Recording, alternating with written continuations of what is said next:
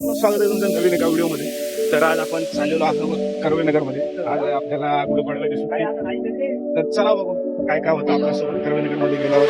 प्रत्येकालाच आयुष्यात असतेवेळी कोणाचा ना कोणाचा आधार हवाच असतो. तर या भल्या मोठ्या झाडाचा आधार घेऊन पक्ष्यांनी आपली घरटी या झाडावरती बांधली होती व विश्रांती घेत. तिथून पुढे आलो तोवर गुढीपाडव्या निमित्त मोबाईलवाल्याने कोंबडीच्या पिल्लाला दुकानासमोर उभं केलं होतं.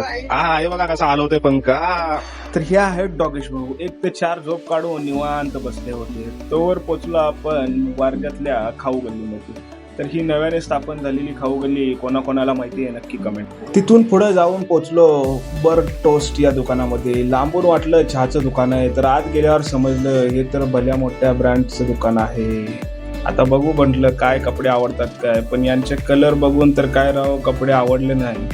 म्हणून म्हटलं चला आता परतीच्या प्रवासाला सुरुवात केलेली बरं. तोवर आरसा दिसल्यानं बायकोला म्हटलं एक छोटासा व्हिडिओ काढू.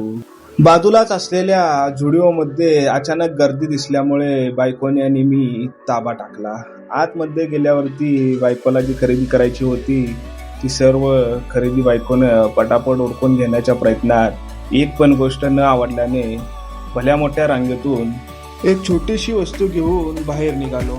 मुझे इसमें कुछ पसंद नहीं आया, ऐसा करके करते हम दूसरे शॉप में पहुंचे. अभी देखते हैं यहाँ पे तो कुछ पसंद आता.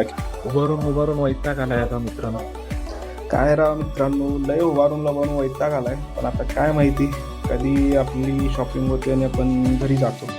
कुछ तो ले लिया है, घूमने का कुछ तो फायदा हो गया. ये देखो तासभर उभा करून आता आलेली की मला.